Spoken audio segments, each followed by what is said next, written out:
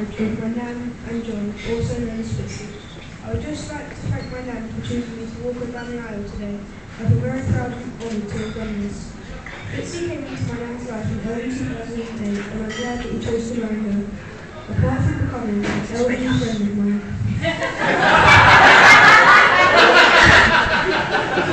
he now became grandma on my hand.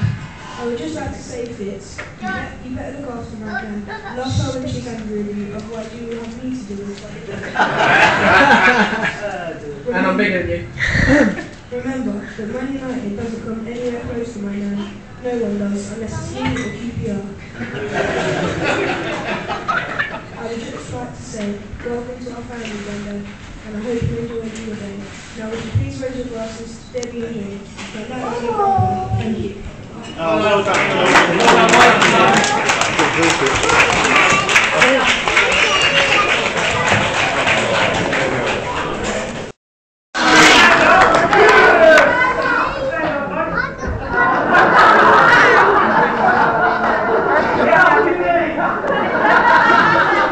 Get out of your system, come on. Right. How do you follow that, eh? Well done, George. All right. Here we go. You all hear me down the back? Stand up while you make the speech. Thursday, I'll see you later. Right, distinguished guests. Guests of no particular distinction. Relatives young and old. Friends, freeloaders, hangers-on, gypsies, tramps, thieves, and anyone else who may have wandered in. You are all about to witness a unique event in history. The very first and probably the very last time that my wife is going to let me speak on behalf of both of us. However, it's a privilege and honour to do so. I just hope that so soon into our married life I don't let her down. My speech today will be like a mini-skirt. Long enough to cover the essentials, but short enough to hold your attention.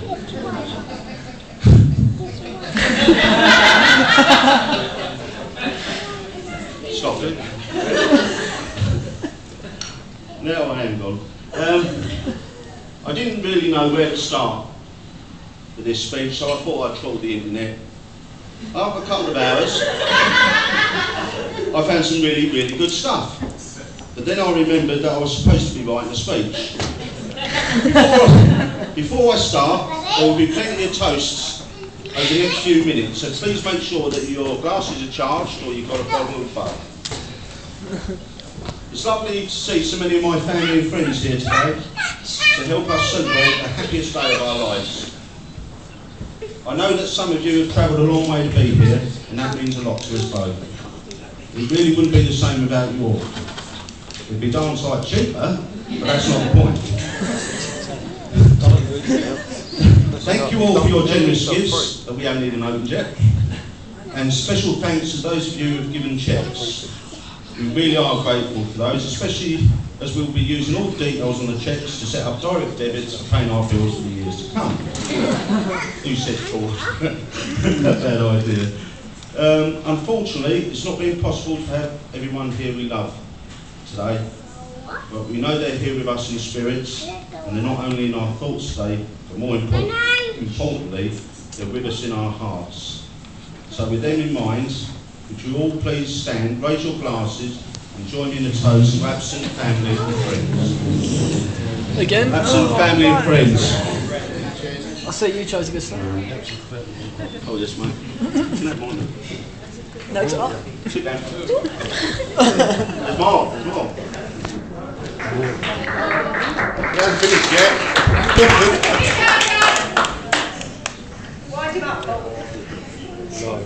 Right. I'd also like to sincerely thank Debbie's mum, Mari, for making me feel like the son they never wanted. Sorry, the son they never had.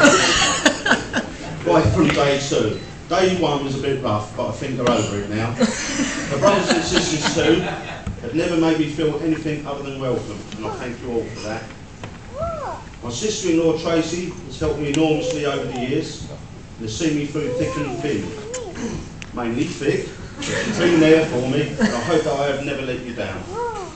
I really couldn't have asked for a better sister-in-law, and I thank you for everything that you have done for me. And with that, Tracy, would you like to come up, please?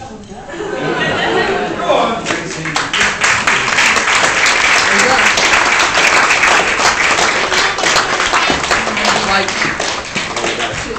Thank you very much.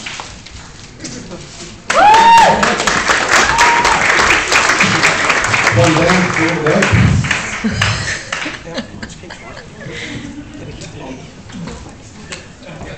There is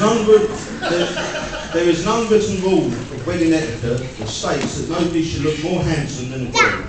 And I'd like to thank our usher Ronnie and standing father of the bride George for sticking to that rule to the letter. George, you did a great job today, and we're both really proud of you for taking on such a role.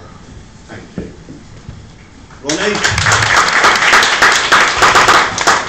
Ronnie, you lent an air of nightclub bounce and respectability to your role, and I particularly admired the way you searched the ladies' handbags and frisked the men as they came in with such discretion and subtlety. I'm not quite sure that saying you'll sit where you bloody well put was really in the spirit of the day, but we'll let that one pass. Thank you, Ronnie. So,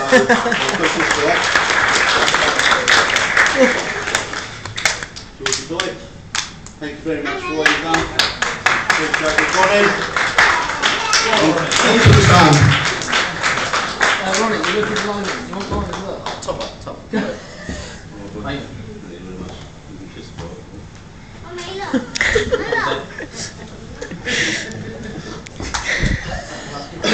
Right. I've known my best man Paul for nearly all my life, and throughout that time he has been there for me when it matters, and is always ready with an encouraging word and a welcome bottle of JD when things are going down. And if I'm being honest, when things are going well. I'd like to thank him for his help in organising the stag do, but most importantly I'd like to thank him for being a true friend. However, there is something that I need to make you all aware of.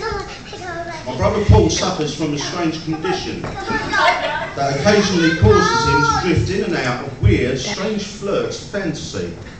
He has been known to make up fanciful stories, absolutely believing them to be true. Anyway, it's only right that I advise you of all this ahead of his speech. As I say, he is a true friend, not just a brother, and I wouldn't want you to go upset him. So if you could bear with me, even join with him on his journey of make-believe, I would appreciate it. You ready? My brother Paul, thanks, bro.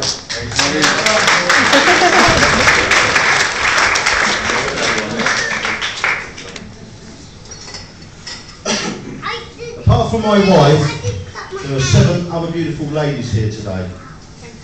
Debbie's daughters, Kerry, Leanne, Kaylee. My daughters, Leanne, where are you? Thank you. Kirsty, Bobby, and Shannon. And we mustn't forget our flower girl, Debbie May. Hey, Debbie. We would like to thank them all very much for being such wonderful bridesmaids, flower girls. And I know you didn't make it, Leanne, but we knew you would have done it had you been here. So please, can you stand and join us all in the toast, the bridesmaids, flower girls. 1. 2, bridesmaids, flower girls. Finally, I would like to thank my wife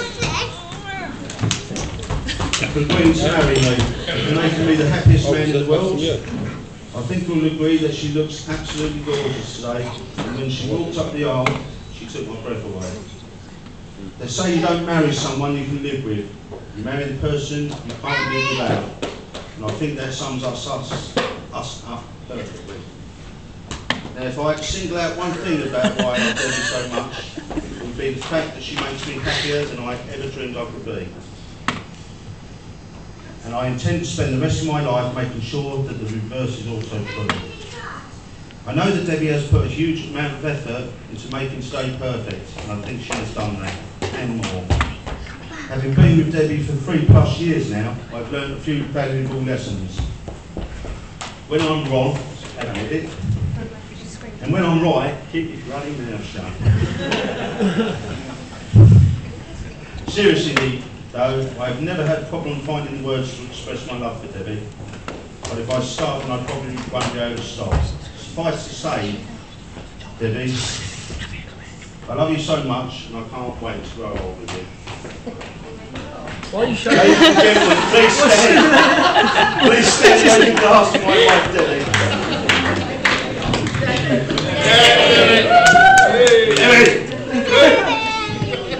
Now, I'm not going to stand here any longer and bore you with loads of old stale jokes. That's my best man job. Hey! So, without further ado, I'd like to hand you over to my...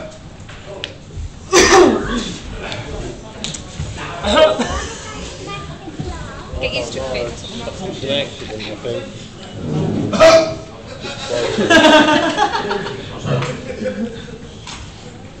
I'll go back then. So without further ado, I'd like to hand you over to my brother and best man, Paul. Go with it.